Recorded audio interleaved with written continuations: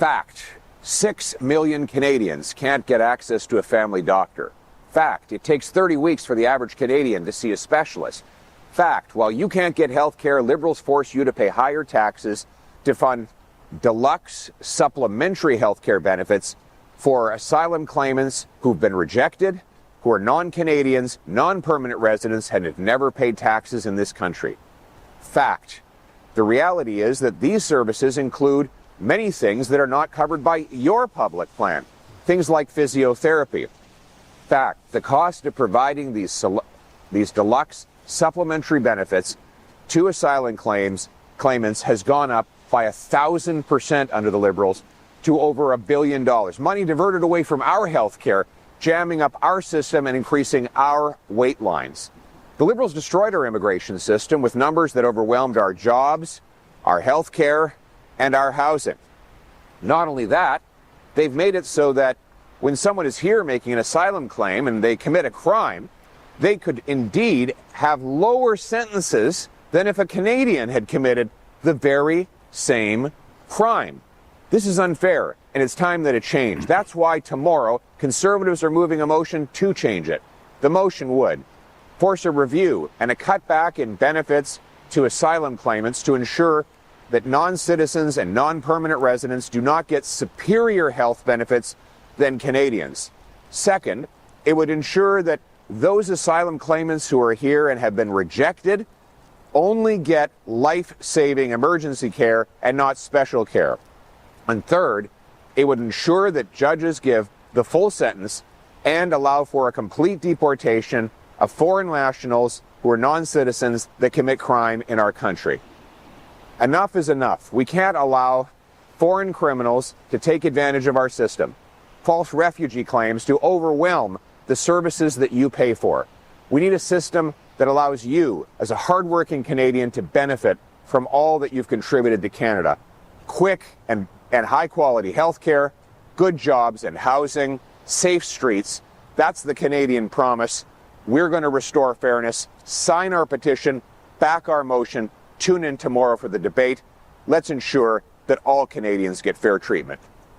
You know, Sheila, first of all, the most fascinating thing about that video, that was shot in Toronto under the Gardiner Expressway. Usually there's homeless encampments galore. Right. Well, I don't know what happened there, or maybe they were cleared out. But the most profound thing Mr. Poilievre said is that going back to 2016, so 10 years ago, the cost of processing refugee claimants was 60 million with an M. And today, a decade later, it is almost 1.5 billion with a B. This is outrageous. And why is that? Well, when you have refugee claimants, and many are bogus, and they're being put up in 3- and 4-star hotels, when, as Mr. Poilievre said, they need physiotherapy, it's on the house. When I go to my physiotherapist, that's a $90 appointment, Sheila, and it comes out of my wallet. So this is our, and by the way, in terms of medical freebies, I draw the line at life-saving care. If somebody needs to see a doctor or go to the hospital, save their life, okay. But physiotherapy appointments, massage therapy appointments, right. Are you kidding me? Canadians, yeah, stuff that Canadians without an employer plan, without a generous employer plan, would pay out of pocket for. That's absolutely insane. Like in Alberta, we're proposing charging a premium for these people, which is exactly what you would do if you're a Canadian traveling to the United States. You have to buy health insurance. Like if you're there for a year or whatever, you have to have your own health insurance. Why are we doing this when Canadians are waiting, as he said, 30 weeks, 31 weeks to see a specialist? That's mental. I'm going to tell you why, Sheila, because this is why this proposal will go nowhere tomorrow in the House of Commons. Right. Because the Liberal government, much like the Democrats in the U.S., it is party before country. And it's to flood people into this country, change the demographics, and the unspoken quid pro quo is, listen, mate, every 4 years, this is all we're asking. When you go to the ballot booth in Canada, you vote red. In the U.S., you vote blue. That's why Biden opened the southern border to an estimated 21 million illegals in 4 years. That's what it is, Sheila. What else could be the answer? No, that is exactly why it is. And so remember tomorrow, my Central and Eastern liberal voting boomers.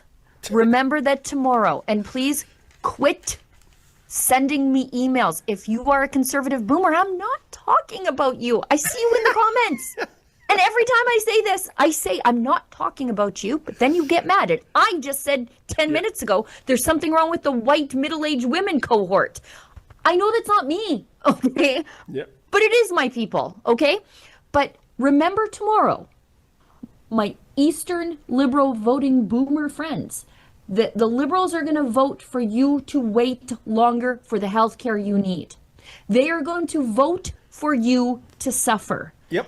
Think about that next time you're casting a vote for Melanie Joly or whoever takes Chrystia Freeland's place. Just remember that. Mm-hmm.